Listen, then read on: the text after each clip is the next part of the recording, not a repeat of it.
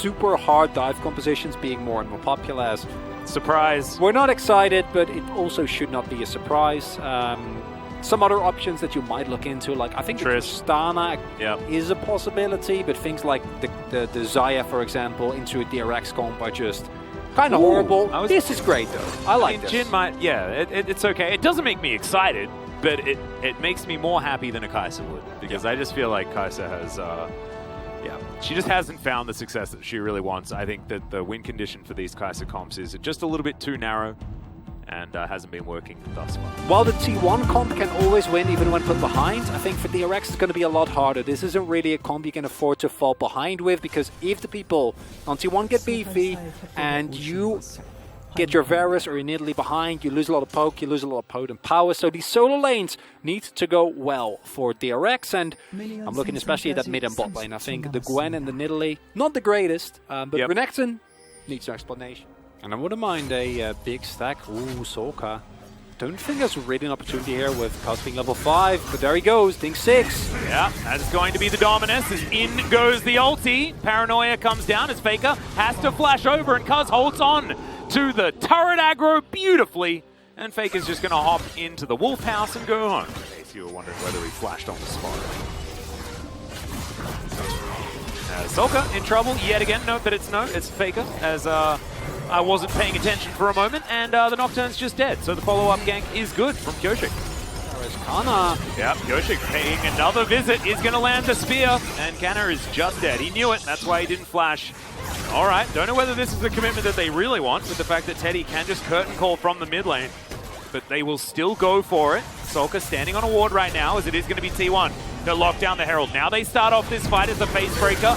On to Kingen is good. They get him away from the wall and will be able to take him down for the second kill for T1. This is what we want to see. And now it's a teleport immediately behind Bao. He's got no mana as well, as the Dustbringer will connect, and this should just be pretty comfy. Yeah, Bao not going to be able to get towards Soka. That's a great map play from Faker as well, just to get even. Going to be in a much better spot. Well, we're looking at Soka getting dove here towards the bottom side of the map. Faker is going to be able to get out of turret range, and Becca not going to be enough to stop him, as Kuz just takes the last possible turret shot to respect over as possible, as Pioshik might find Teddy. Spear is going to connect, and this should be the kill. It's Teddy able to flash his way out, but the follow flash is going to be there. Spear is going to miss, as there's the captive audience, but it ain't going to be enough. Pounce and takedown, and Pioshik is going to be able to get the assassination. Atlas, you know what is about to spawn here soon. Is it the it's action! Action's going to be spawning. Yes, it's the action Drake. The fire action. Hopefully. Well, it is currently Teddy just chilling in that mid lane, trying to catch this minion wave that's heading on forward, and it looks like DRX don't want to wait for the Drake. As, okay, Kuz just going to engage onto Kingen. Some needlework comes down as Kana looking for it. Does manage to get in there as Faker. There to follow up, and Teddy dashing on forward, able to get these autos working. Bao's already dead. Sulkin's been taken down, and this is the T1 we've been looking for. There's the curtains, and my goodness, Teddy is angry after these last few games. That's going to be the long range as he takes down King, and the Drake is going to follow suit in T1. See what else they can get now after almost an ace. Oh, that's bleak. That is very bleak. It is. As, okay, speaking of which, Faker going on in here as Solarflare doesn't get too much work done as Faker's staying alive for so long. Bao's in trouble. The Haymaker will do it. Faker eventually falls down, but it kind of feels like he's done his job. Solka going to be taken out of this one as well. So far, it's going to be a pretty even trade. Both solo lanes, though, dead, and it's Bao that's dead instead of Kingen. So what can Teddy do to answer this one? Looks like right now they're going for a bit of a disengage just because no Moonfall available anymore. Teddy at full health. No more fighting. So he just needs a hidden auto on someone, and then they are basically immediately out of contention. Ooh, this is a big one though, because that was a bit of overextension. We see that Faker has a stopwatch available as well. Yep, that was that's what happens when the 4 on Italy hit you. Yep. And this is really good that T1 is actually able to get this, because I think DRX could have looked for it, but this is where the teleport disadvantage comes in, right? Because Soka won't be there in time. Kingen might be, but he doesn't have the teleport available, whereas we now see Faker, Kana, both going to use those. They recognize we need to get this objective. Yep, they are going to be able to secure it as well. So 2 dragons apiece. It's not great. You need a lamp poke, and T1, they're looking for the hard engage. Well, Kurt Cole going to come through here as Teddy's hunting for Bao. That backline. Fourth shot will just be doored as T1 is just going to take care of that Drake. The old paranoia teleport can come through here from Faker as he is going to get on through. It's Cuz will lock down the Drake. And finally, Faker is going to turn up. He takes a lot of damage as we've got some mist down. T1, they keep everyone alive for the longest time as Solka will fall at the end. Carrier, he's the one to go down for T1, but he will be the only one. And it's only Becca who survives on the side of DRX. I have a feeling this one is just over. Look at all of that fire underneath T1 right now. And that is 3 Infernal Drakes, a 1-team fight, and Kana immediately teleports towards the top side of the map to slam down some turrets, crucially finished the Titanic Hydra before the fight. You saw how much that Flash Haymaker did, and it's Faker coming in from the back as well. T1 looking like the T1 we saw against Damwon Kia, and that then strictly disappeared for a couple of matches, but here again, this first game against DRX, they are finally back. Yeah, had a really good game, and with the DRX comp, if you don't get ahead, if your poke never reaches that critical mass, and even now, right, Byoshi had a pretty great game, all things considered. They had a couple of key spears on Teddy, but that in of itself wasn't enough. They were never at the tempo advantages you kind of need with this comp, because as pointed out, if you're in position. And, oh, it's so funny. Camille would be hilarious. Teddy's Camille there on the bottom side of the map. That's the change-up that we were looking for. Oh, pain. You know it's bad. You know it's bad when the casters are like, please pick Gnar. Please do something. Something to change this. No. Look into something else? Some other recreational activity, perhaps? I thought the LCK was a safe space for me to talk about my childhood summer holidays, and I'm very, very upset that well, that's not the case. Only if they're more interesting than that. You can talk about more. They're not very interesting, so I respect that. Oh, okay. Break it down for me. Break down the game. Maybe we should just play some music as we show the replay. I don't know. Elevator music. Oh my goodness. Is that just what's going to happen? Yeah, this replay's off. There are things that are changing. And this time the gank is coming from the bot side. Oh, there we go. And there were pings going down there, so I think Faker does suspect this. He's going to flash. There's the follow flash though as in goes Pyoshik. Faker trying to get underneath this turret as Pyoshik understands that he's not going to be able to get there. The ramp up at the turret damage was going to be pretty dangerous, but they're not going to be able to grab him. This time though, they do get a flash on the DRX members, so probably not going to want to risk it. Oh, Faker's coming as well, though. Yeah, this is a big one. Only level 4 on Faker, so not going to be paranoiaing in or anything like that, but Cuz going to walk on around as Carrier gets in there with the Hex Splash, and immediately the kill goes down. They trade it, but they might be able to grab Becker as well, who's trying to get that fancy footwork working. And the Dustbringer just to come through as a parting gift, but this is still good news for T1, because Teddy... Fun is so, it's so interesting, because we've actually been a little bit critical of CVMAX in the past of being somewhat stubborn with his drafting choices. I'm going to have to hold my thought for a moment, as Cuz just ease onto Solka here, and Faker is going to follow up, but it's going to be a mismatch fight here. Not going to be able to grab the kill onto Solka. Not enough damage with the Haymaker either, as Canna gets there a little bit too late with the teleport. Oh dear! T1 making a big old whoopsie in the river. And Cuz is like, well, not going to be able to help you out, guys. I'm sorry. And he's just going to take the Rift Scuttler and get out. Getting those team fights in order, making sure that you had all the information necessary. And speaking of which, that's the Moonfall onto Bao on the bottom side. Just too much damage here as Teddy just pops him like a balloon. As a whole, I think that just Cuz's presence on the bot side makes it so much easier. Faker might be caught here, but... Pyoshik getting over the top, doesn't find the spear as Faker good sidestep. Moonfall's fantastic this time as Faker just throws through the paranoia, and that's a double kill. He had barely the items that Solka had. It's a whip in comparison to the completed Mythic story. So, yeah, some of those sequels pretty bad. We'll see which kind of sequel this is going to be, though. As here's some paranoia. Teleport. Great stun onto Becca, who is going to be able to do some decent work there. You can see Bao, once again, it's the same level of 0 protection for the Varus. And DRX knew that, right? But still not going to be able to do anything about it. Sometimes it's about the composition. You know, as Faker's going to dive on top of Kingen, but probably not a fight that you really want to take. It's like, oh wait, this is Gwen. Never mind. I'm out of here. Yeah, that fear doesn't actually make very much sense because I don't think Kingen was scared at all. No. It's an involuntary reaction, you know. But yeah, Kingen is actually trying to get on top of that Noxian regardless. That is a... Noxian's good in 1v1, but Gwen is, I think, at the moment, the most aggressive champion. And this is literally just a repeat. This time it's Faker ulting in, and it's Kana teleporting. Last time it was... that's a solo kill. Okay. Gwen. Looking, I don't think their ults in this one are great. Individually, they look a lot better. They're making cross-map plays, they're getting stuff done. Here we go, he waits out the lethal tempo, recognizes that... Wow, okay. Well, no, that's just Gwen, I guess. Yeah, I mean, I wasn't going to. As King, and now, just going to... okay, here we go. We're bringing the friends. This time, as Faker doesn't want anything to do with it. Showstopper. Let's see whether this is going to be enough. Some more needlework and a teleport. And Canna might just be dead. If at first you don't succeed, maybe you just do it again and not succeed again. Not entirely sure. They are going to be able to trade it this time, though, as Cuz grabs the kill onto Solka. Get out this set of position. Carry over to the side. That's going to be Soul Point locked down for T1, but can they escape is the question. The answer may just be yes. There's some more needlework coming on through here. The flash on forward. As Cuz knows that he's dead, may as well press some buttons. But still, just the one kill and Soul Point locked down for T1. You'd probably take it if you are on our red side of the map. We can talk about disco music again, I guess. But no, some needlework here on the bottom side. Teleport to come through from T1 as maybe Kingen has overstepped. Doesn't have the ulti anymore as he throws out the mist one more time.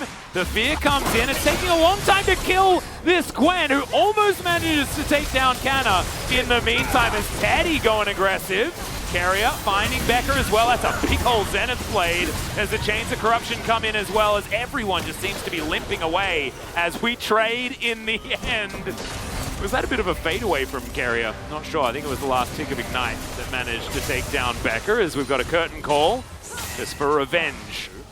No teleport for Fake, and this is a big fight. If you get this as T1, this game is golden. But Kingen is jumping onto Canna. The Haymaker does a bit of work as he's just going to showstopper the Gwen over the wall and look to continue trying to escape. It's not really going to work as Stridebreaker gets Canna a little bit further. He does have the stopwatch that he sat on for such a long time.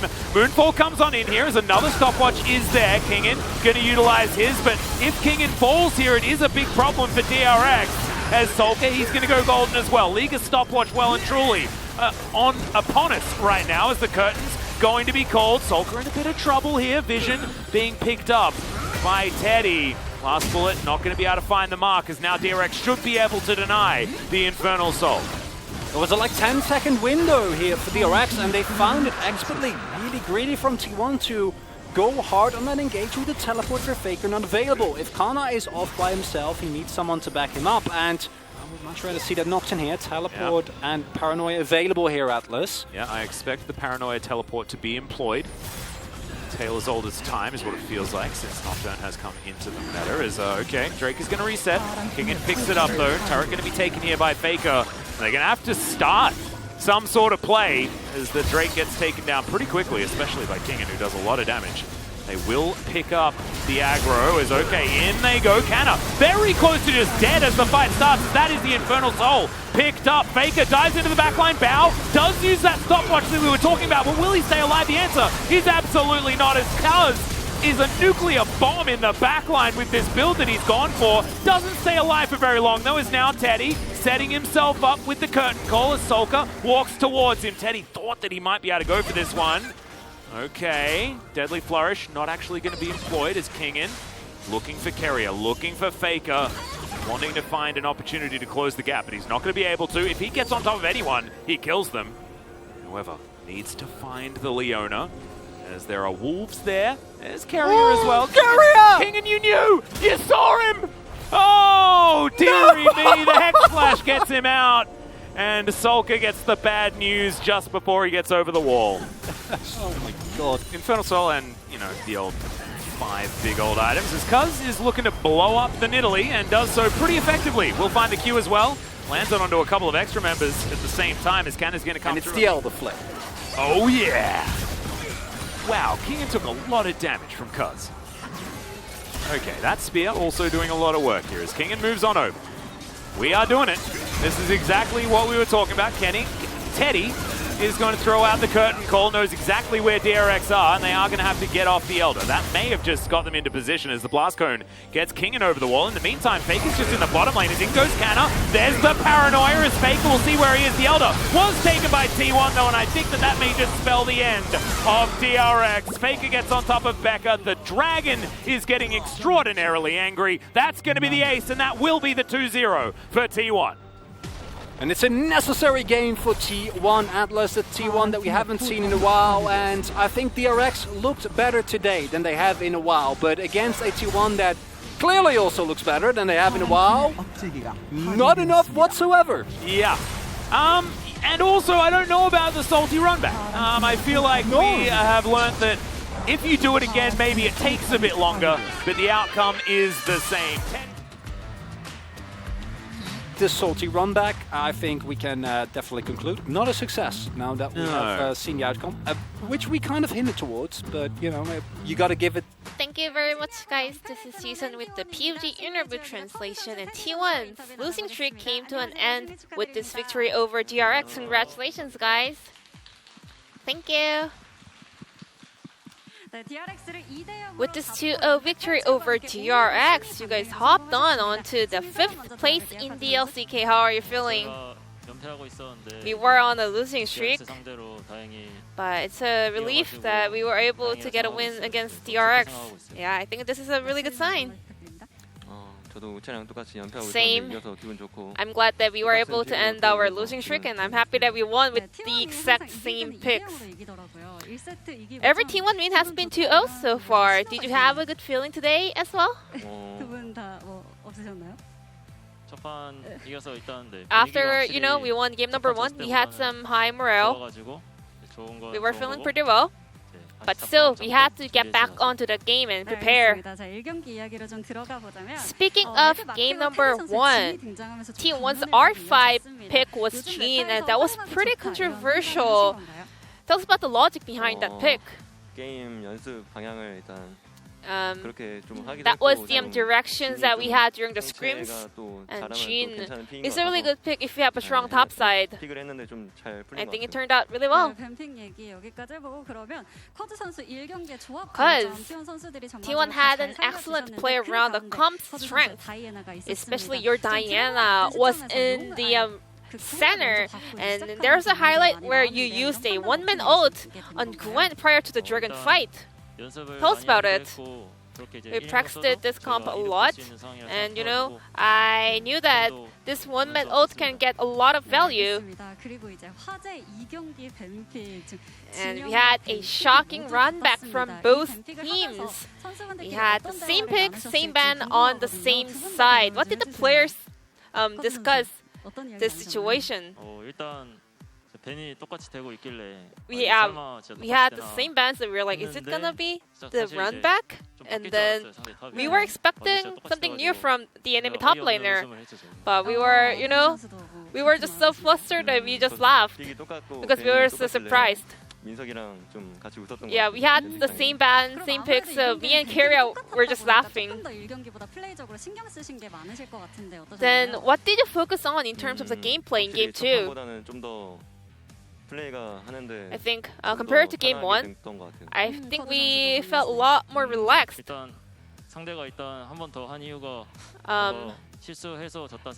I think they ran the same comp because they thought, you know, they lost the game because they made mistakes. So we stayed more alert and alarmed in this game.